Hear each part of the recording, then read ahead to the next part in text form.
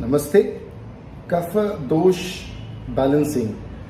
Substantial reduction in mucus and better quality of breath. Kapha Dosha or phlegm has been a problem with me for a very, very long time. As I grew, it started when I was young, when I was little. It grew even as I grew. Exposure to cold, especially after some exercise or being out in the sun or something, and then exposure to a draught of air or air conditioning made it worse. Certain kinds of foods like curds, yogurt, or even coconut water, sugarcane juice, etc., would almost always invariably make it worse. So it's been a big fight, it's been a long fight for me as well. Smoking, which I did for almost 40 years, made it far, far worse, brought COPD.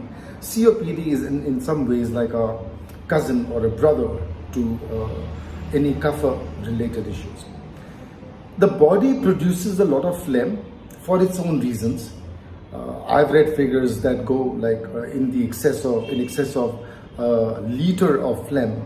Some cases, some of it is just expelled out through the excretory organs, etc. But maybe some of it needs to come out via the respiratory channels. That's why sometimes some of us tend to need to cough it out or blow it out and so on and so forth. I tried to control my kapha by making sure I wasn't eating or doing those things that would make this worse, but it was still always a fight. I've been a breath watcher and a breath worker for a very long time, and I've had great success with many different issues, problems. COPD, of course, was one of them. High pressure, fibromyalgia, sciatica, piles, numerous issues connected with health, and they've been cured with breath work. Even depression and so on and so forth. 40 years of smoking did me no good, believe me. So as I went deeper into breath work, I shared techniques to balance the three dosha. Three dosha refers to what is called vata pitta kapha in Ayurveda, and any imbalance here can lead to ill health, not only physically, mentally, emotionally, in all ways. So balancing the doshas is important. I shared the Tridosha balancing technique, basically focused on kapha, a couple of years ago. There was limited success, so I didn't push it too hard because I thought there should be more. So I didn't go too deep with the techniques that I was doing then. It continued to be part of my practices, but it's only lately that I found a huge improvement in the quality of my breath and reduction in the amount of kapha that my body produces. See, according to yogis, the body contains almost 72,000 nadis, and each of these nadis has something collected over time, and it needs to be expelled for the body to be able to function very well. The nadis are the system that carry energy, etc. throughout the body, and if they are functioning well, everything in the body will be good. So I have a technique called the lotus opening technique, which is part of some different programs, and I use some of those here as well.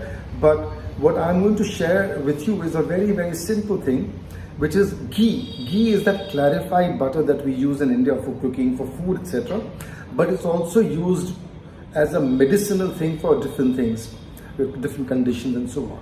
So here what you do is, you take a small amount of ghee, not the liquid ghee, but semi-solid, which is somewhat frozen, and take it on your little finger, apply it to your nostrils. First put in the left and then on the right. Not too much, maybe about equal to how much? Maybe, this much of ghee. Spread it around. And then after you've done that, press the nostrils and pull it up a couple of times so that it kind of gets spread out.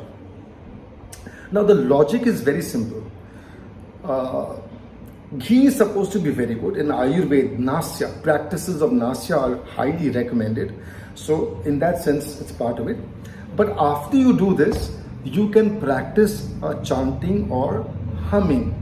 There is a technique, or there is a pranayam called the Brahmari, where you close your sense organs this way, or at least symbolically, the eyes and near the nose. You don't close the nose, but because you need to breathe through this, and with the thumb, the ears, and your little finger is near the mouth. So you do this, take a slow deep breath, and then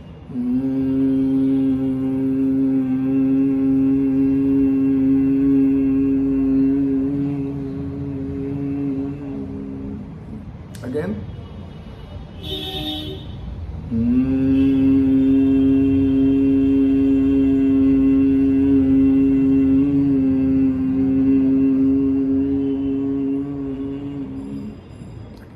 Again.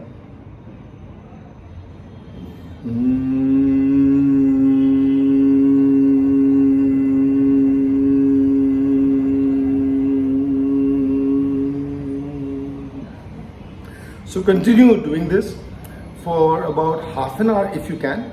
If not this much, do this 15-20 times, and then just go take a slow, full, deep breath, relax your belly, and then go.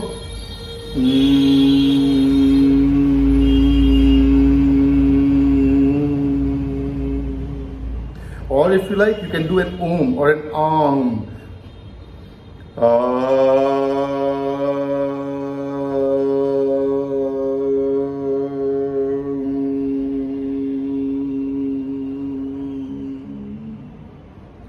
Try to feel the vibrations everywhere, but especially in this whole area. Now, when you do this, if you do a little bit of gargle, if you do a bit of jal neti once in a while, it'll keep the passage clear. And they say when you do this chanting, a certain amount of nitric oxide is generated and produced in this area.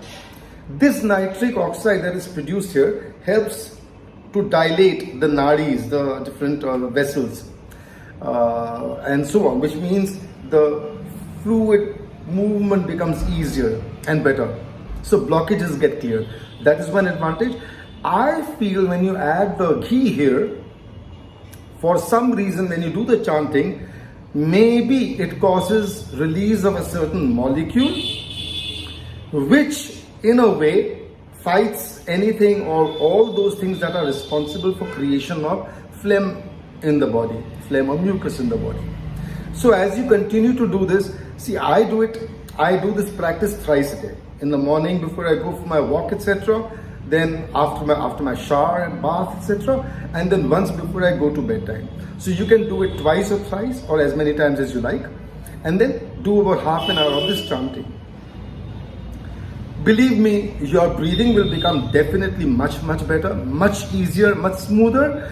But more importantly, if you suffer from kapha related issues, you will see a drastic reduction in your kapha. Not immediately, not overnight, but definitely within 10 days you'll start seeing a difference. And then, if you like, continue longer. But you have to do it for long enough to see how it goes. Important thing is, share your findings or your observations or what you get out of this, so that I can help take you deeper into this practice, and also so that more and more people can take advantage of this. A lot of people, especially after COVID, suffer hugely because of lungs and phlegm related issues, COPD. By the way, my COPD is gone. At least, it doesn't seem to affect me, touch me, influence me, and I breathe better than I did 30 years ago. I'm sharing details in the descriptions here, and I'll wait for your responses based on what you practice, what you see, what you observe. Thank you. Have a beautiful day. Breathe well.